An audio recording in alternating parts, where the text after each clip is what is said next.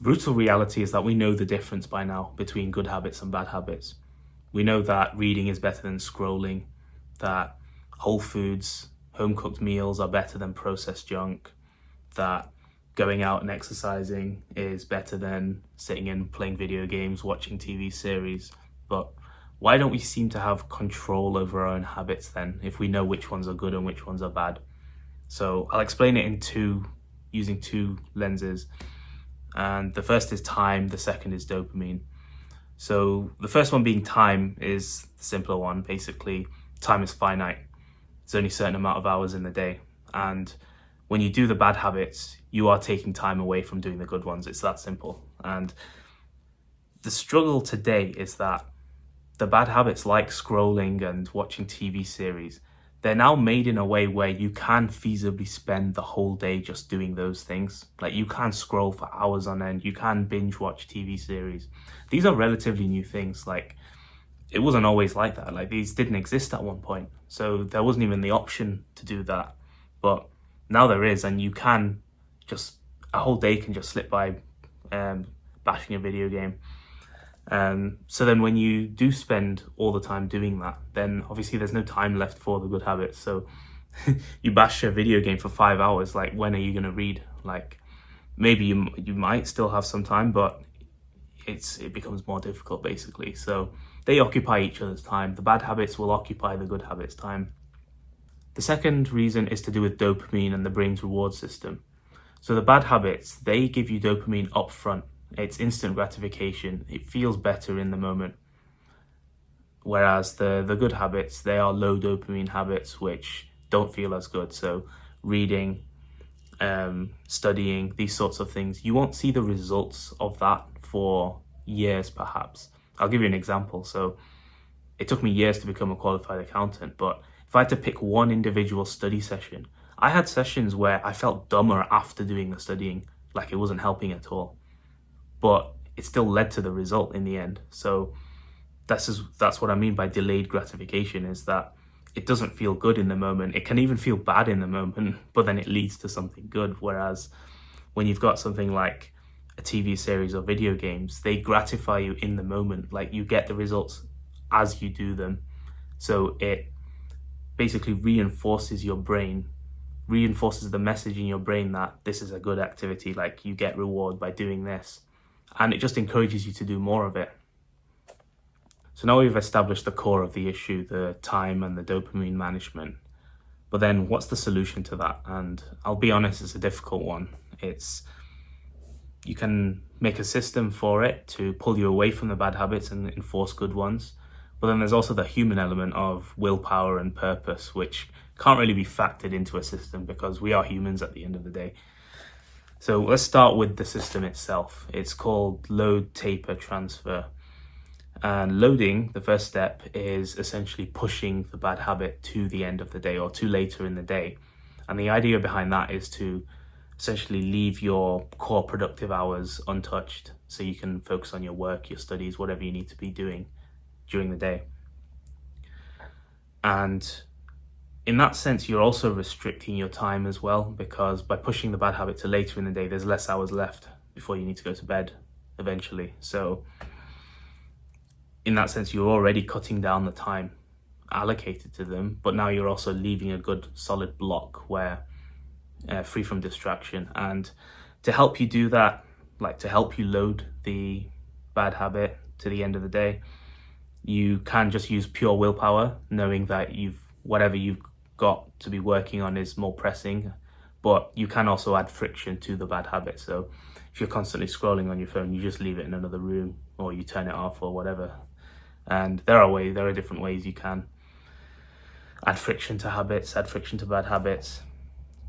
The second stage, tapering, is essentially further reducing the time spent on the bad habits. So that's when you start enforcing hard time limits, like 1 hour, like 1 hour for scrolling, 1 hour for video games. Difficult to do, but this is a progressive system where it gets harder and harder as it goes on. So you've already done the loading, you've pushed it to the end or pushed it to later in the day.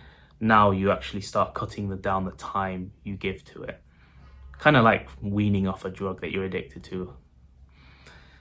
And then the final step of transfer is when you need to understand that you're looking towards those bad habits for dopamine. Like, you want the reward system from it.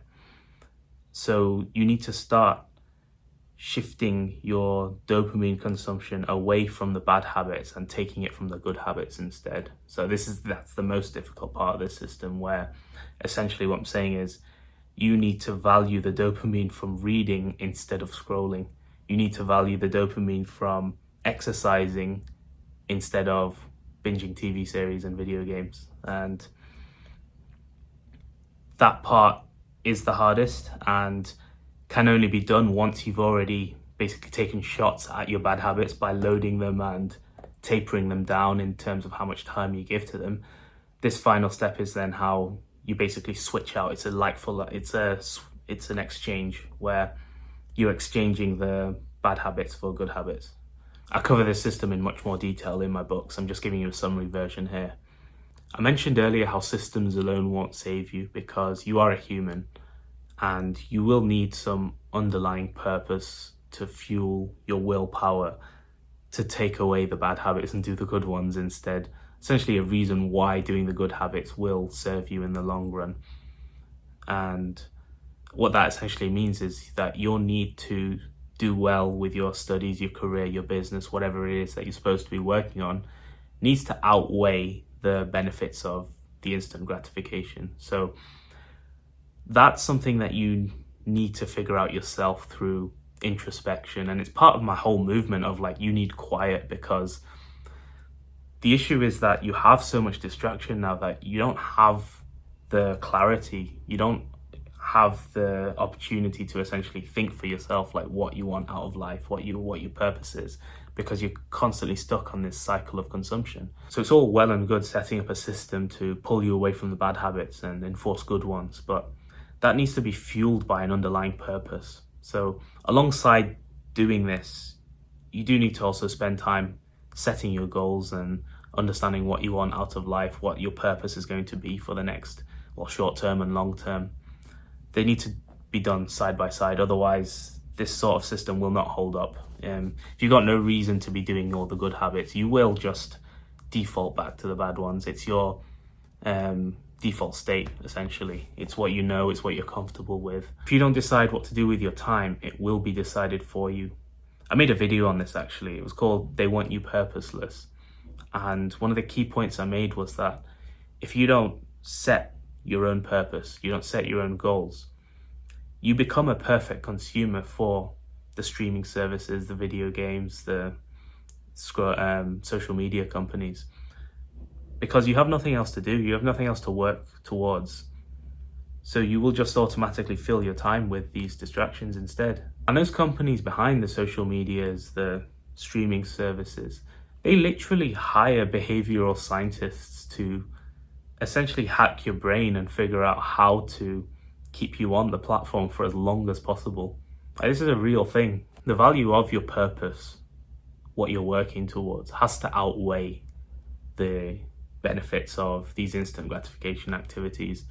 Unless you figure out that, then there'll be no reason to stop doing the bad habits. Can you see how it's a bit of a vicious cycle where you haven't figured out your goals, what your purpose should be? So instead you default to these distractions, these instant gratification activities. They take up all your time and you have no time to think about these things. So you just stay on a hamster wheel of consumption.